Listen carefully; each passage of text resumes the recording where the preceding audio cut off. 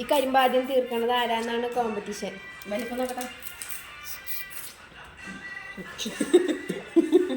Ready, 1, 2, 3, start.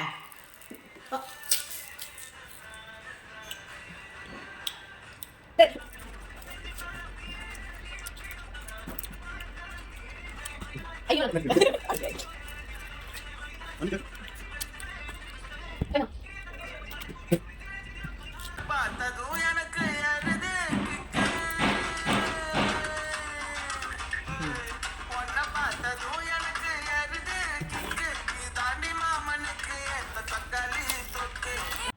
അനീഷേട്ടൻ്റെ കഴിഞ്ഞു പോയി.